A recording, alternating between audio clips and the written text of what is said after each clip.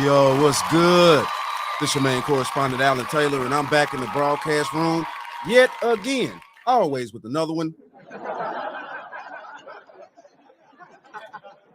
So, yes, I got two for you. Breaking news here.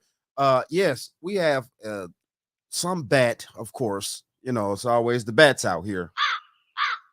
But we have a migrant and in Indiana, of all places, that's shown up. And from other things that I've read, he may have ties to MS-13. That's not certain yet. Also, as well, what this man did, this man walks up to a children's baseball game and immediately starts to stab a young 14-year-old child. This is crazy. We're going to dive off into this. Quarters, nickels, and dimes. An illegal immigrant from Honduras is now behind bars after a massive manhunt in Indiana. Dimas Gabriel Yanez is accused of stabbing a 14-year-old girl while she was attending her younger brother's baseball game. The suspect was deported in 2018 and is linked to several other crimes across the United States.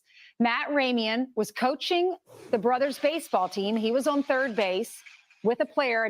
Now, before we get to Matt here, I'm not understanding this. How has he already been over here? He's already linked to other crimes. Then they deport his ass. Then he ends up back over here in Indiana, of all places. Indiana. That's nowhere near Sanctuary City right there. Not, at least not just in walking distance. Man, come on, man. What are we doing here? And these people are spreading out. They're spreading out. They're trying to see what they can find. You know, they're trying to see what they can get into. They want to get into more and more dangerous things. And he saw the whole thing and joins us now. Good morning to you, Matt. Thanks for being with us, and thanks for what you do for the kids. Yeah, good morning. Thank you. Good morning. So tell us what happened. What did you see? Well, I was just coaching a baseball game like I pretty much do all the time, and I'm on third base. I looked to talk to my on-deck batter, and out of the corner of my eye, I see this dude just come out of behind my dugout, and all he did was just jump on this girl, and then he started to like push her down onto the bleachers, and then he pulls out at least a 16 to 20-inch knife. It wasn't even a regular sized pocket knife, and just a 16-inch knife. What is this fool? Crocodile Dundee? Now, I mean, where is it? Where are these people? These people getting hold of weapons, just roaming around America, doing all types of egregious stuff. We're still talking about the borders here. This is an issue.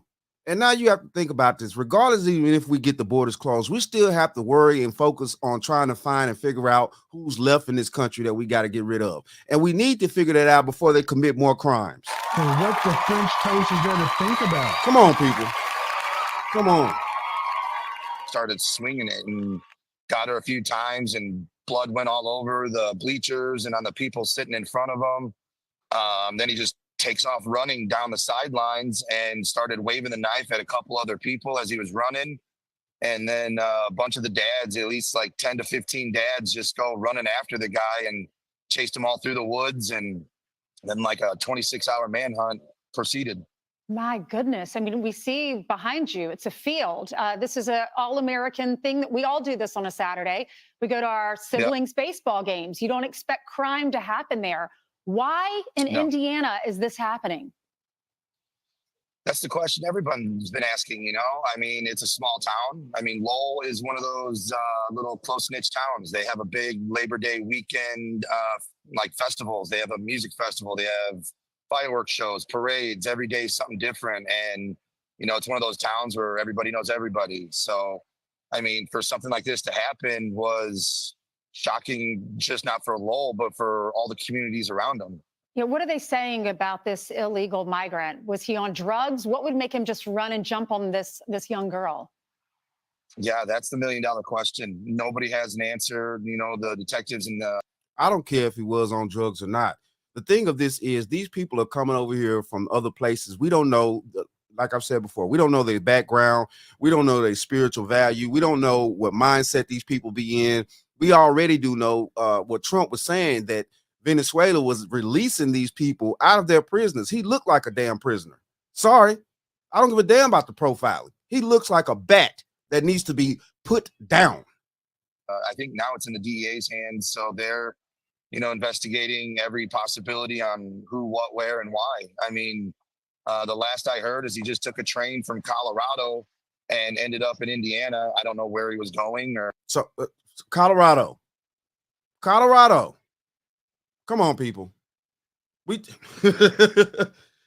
Man, when is it going to be enough? When is it going to be enough? Or what's going on, but he decided to be, I guess, like a drifter and cause havoc at a baseball game. Yep, this just proves it's not a Texas problem. It's not an Arizona problem. This is happening all over our country in small towns. How's the young girl doing, and how are the players doing? Because I understand they were traumatized.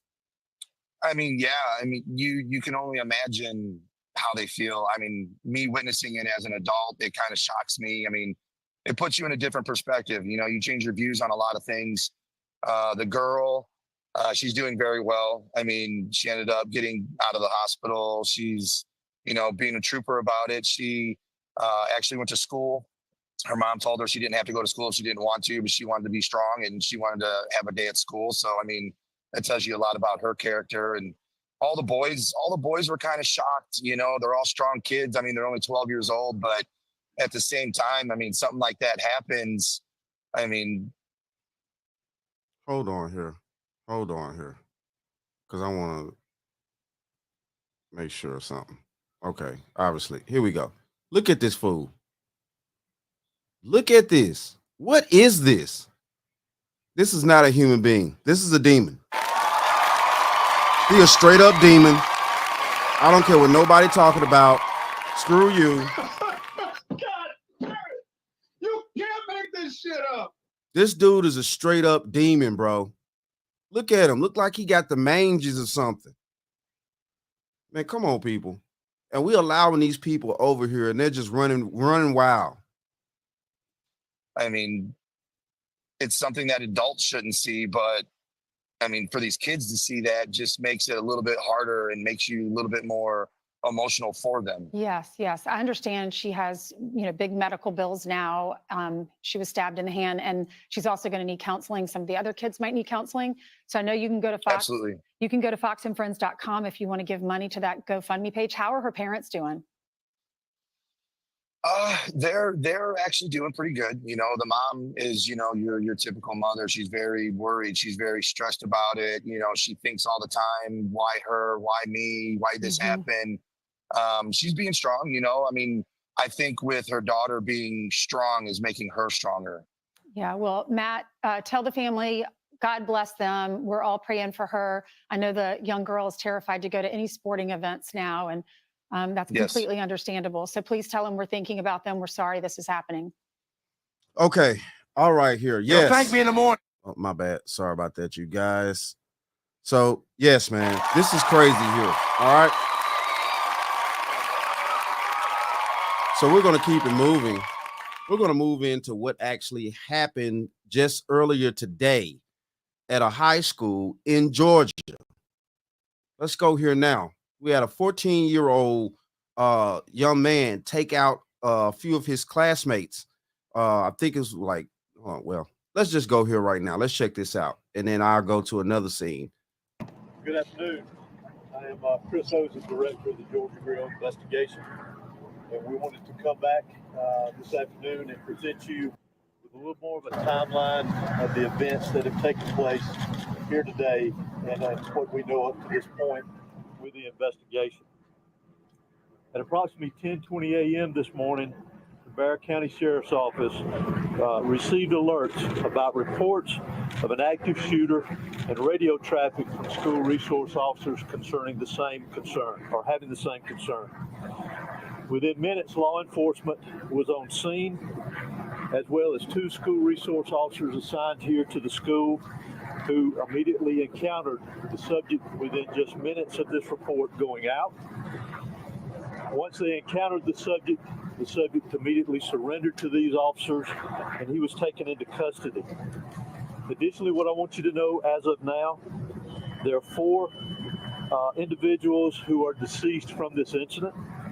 9 that have been taken to local hospitals with various injuries. Of those that are deceased, 2 are students and 2 are teachers here at the school.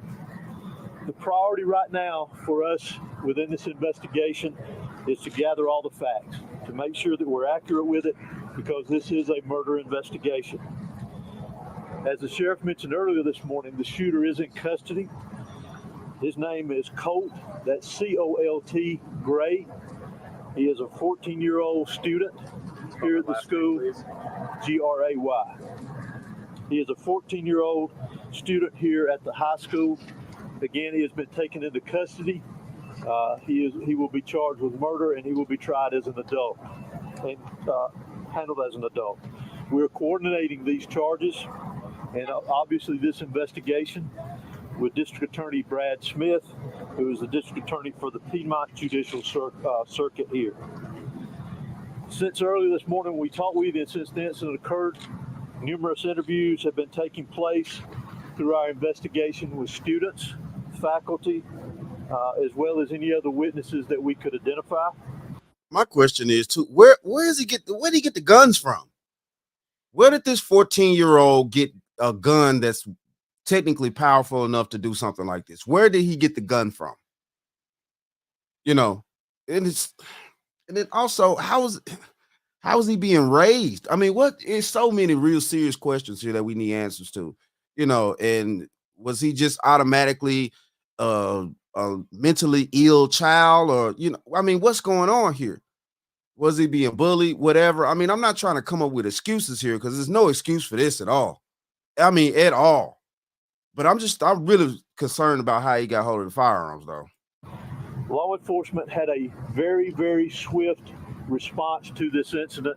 Once the incident was determined that there was a concern here, those resources, whether it was in that response or throughout this investigation to assist, came obviously from the sheriff's office here, from other local law enforcement agencies, state law enforcement agencies, and federal law enforcement agencies as well. To include, not to be left out, multiple EMS personnel, multiple fire personnel, and agencies. Those agencies responded here as well today, and I am extremely grateful, as I know the sheriff is, for that quick response, and the partnerships are working here together with what all has gone on. Currently, from the investigative perspective, we have crime scene agents and other special agents from the GBI, from close to a dozen of our different work units from across the state that have responded here today to work on this investigation, again, collecting evidence, conducting interviews, and so forth. I do want to pass this along, that if anyone has any information that wants to be passed on concerning this investigation, that they can do that anonymously at our tip line at 1-800-597-TIPS or 1-800-597-8477. They can also report this on by downloading the See Something, Send Something app. That can be done by Android or Apple phones, either one. If they need to report any tips concerning this investigation.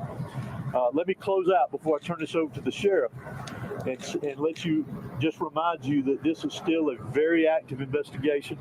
There is still a lot that is very fluid. There's still a lot of interviews to be conducted that will continue on into the night, as well as crime scene work and collecting and gathering evidence.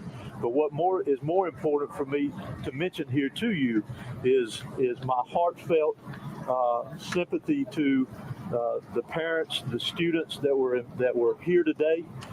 Regardless of where they were in the school, this has got a great impact on them as well as on this community.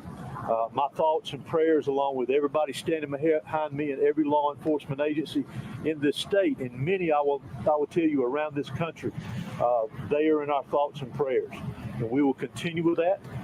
We ask for your patience as we continue through this, and we'll continue to try to give you as many updates with information as we can to keep you informed. But thank you for being here. I'm now going to turn it over to Barrow County Sheriff Judge Smith. Thank you. Director, would you spell your name, please? H-O-S-E-Y. Thank you. Good afternoon. I'm Sheriff Judge Smith at the Bexar County Sheriff's Office. I never imagined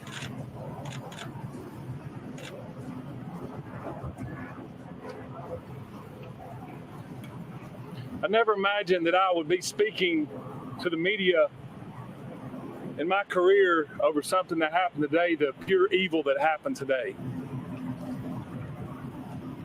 I cannot thank the people behind me for the support they give me today, to give this office and give this staff. This hits home for me. I was born and raised here. I went to school in this school system. My kids go to this school system. I'm proud of this school system. My heart hurts for these kids. My heart hurts for our community. But I want to make it very clear that hate will not prevail in this county. I want that to be very clear and known. Love will prevail over what happened today. I assure you of that. It is very early as to what happened. Governor Kemp reached out to me and has provided me every single resource that he has to make sure justice prevails. Okay. So I want to get to something else real quick because I have another caption I want to show you guys. Here we go right here. Let's check this one out. And here's what we know so far. It happened this afternoon at a high school in Barrow County. It's about 40 miles northeast of Atlanta. 2 students and 2 teachers were killed. 9 others are in the hospital. The gunman is identified as a 14-year-old student. And Eyewitness News reporter Jory Rand joining us live from the newsroom with a look at how this unfolded and reaction from rattled students who feared for their lives. Jory. Colleen, David, it's a situation children should never find themselves in. Our national shame strikes again. More children slaughtered at their own school.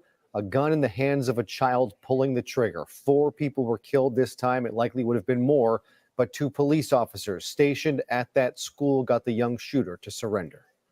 I was scared I was going to die, to be honest. I was just scared out of my mind. I was like, what is happening? These students from Appalachia High School in Georgia experiencing what thousands of American children have experienced before them, the terror of becoming victims of a school shooting. Then I hear the gunshots, and then everyone ducks behind desks, and the teacher is like flipping tables and stuff and barricading the door. When I heard hard lockdown, I knew it wasn't a drill. I immediately texted my dad, and I was just like, I don't know if this is a drill. I'm really scared. And I just kept my feet up and I prayed. A 14-year-old boy, a student at Appalachia, walked into school this morning with a gun and opened fire. 2 students and 2 teachers were killed. 9 others were shot. Authorities now investigating what the shooter's motive was and how he got access to a gun. Jesus Christ. Look at that. So obviously this is the weapon that he had. This is a long arm rifle here. This is not a handgun, anything like that. He has some serious firepower. Where did he get that from? Because I guarantee you, of course he can buy it. Man, wow. Man, the mental health of our children in this country is declining very badly. And this is the thing here, if we keep going down this rabbit hole that we're going with our own children, it's going to be even more problems like this. And then on top of it, like we saw in the first segment, we're also dealing with the migrants coming over, just doing whatever they want to do, roaming all over the country, trying to delete people. This is, man, come on, people. Jesus, man, this is sad. My heart hurts for these kids. My heart hurts for our community. But I want to make it very clear that hate will not prevail in this county. Parents who were alerted to the shooting raced to the school, many abandoning their cars on the side of the road and running to campus. They're telling us to run because they didn't get all the shooters. It's unreal and it's unbelievable. And I'm so sorry to the, families that this affected. I said, son, please tell me you're joking. He said, no, mom, I'm not joking. He said, they're shooting in the school and the shooter is right across the hall from me. You saw that photo in the piece. It looked like a rifle, but we still don't officially know what type of gun was used in this shooting or why this shooter decided to go on the rampage today. President Biden was briefed on this shooting, and both Vice President Harris and former President Donald Trump speaking out today about the lives lost. Man, wow. Ooh-wee. Man, ooh-wee. Hold on here. I think I saw the governor say something. We're gonna hear just a little bit of what the governor had to say. Okay, let me see. And that's a pretty long footage. They haven't chopped it down yet. So okay, we're just gonna hear a little bit of what the governor had to say. We're interrupting programming to bring you breaking news regarding the Appalachia High School shooting. At this point, we've been working to get new information all day. It's been 12 hours since that shooting took place. Here's the Georgia Bureau of Investigations along with Governor Brian Kemp. Let's listen. As you can tell, we know that it's been a long day. I want to thank you for being patient with us today. I want to thank you for understanding that this is still an active crime scene. But from the minute that this tragic incident happened today, Governor Kemp has been with me and been talking to me and several times and has been on our side and law enforcement side. And I wanted to introduce him to make a few statements. Again, thank you for your patience. And at this time, I'm going to introduce the governor, and then Director Hosey will take answers and questions after that. Well, thank you, Sheriff. Just want to thank you and your team for the incredible work that they've done. The response of our first responders today has been unreal. Superintendent LaDuff, Principal Leroy, who just did an incredible job with these kids. This hits home for us. Being from Athens, just down the road, Marty and I, having a daughter that taught first grade just a few years ago. This is everybody's worst nightmare. And I just want to offer my sincere condolences and our thoughts and prayers to the families that have lost loved ones, for those that are injured and continuing to fight through just a tragic time for really this whole community that's been affected by today's actions. And I just cannot thank the first responders enough. I cannot thank Director Hosey, Colonel Hitchens, Director Stallings at GEMA, the whole state response. I want to thank Special Agent Farley and her team from the FBI that are embedded with us in the school as we speak, running down every single lead and other things that Director Hosey will mention tonight. I represented Bexar County when I was in the state Senate 20 years ago. These are our neighbors. These are our friends. And this community is hurting today. And I would just ask all Georgians and all Americans to continue to keep these families, these educators, and these students in your thoughts and prayers. And we will provide every state resource that is needed from here until they're not, to support this community and support this team behind me. And with that, I'll turn it over to Director Hosey. All right, man. Shout out to the governor. Yeah, I know he came there immediately. I get it too. Man, this is crazy. This is wild right here. So, of course, this is one of our own citizens that did this. 14-year-old boy. They gave his name in the first report that I had up. Man, wow. And as y'all clearly see, we also saw the weapon. So, yeah, he looked like a rifle, of course. There was no handgun there. That was a truly devastating weapon that he was able to get hold to there. In my thought process, the only way I could think of it is he had to get that from his parents or stole it from his father or whatever. Man, yeah, we're living in sick times, man. This is wild. When children are this angry or this depressed or whatever's going on, when our children are this messed up to where they would go do things like this. And of course, this is not the first time this has happened, but my issue is it's continuing to keep happening for some reason. And, we got to figure this thing out with our children's mental health out here. But it is what it is, though, man. Hey, shout out to all my subscribers out there. Mad love to y'all. If you're new to the channel, please hit that like, share, subscribe button. Make sure you ring that bell to be notified whenever I decide to post things. And like I always say, and that, my friends, is the bottom line. That, my friends, is the bottom line.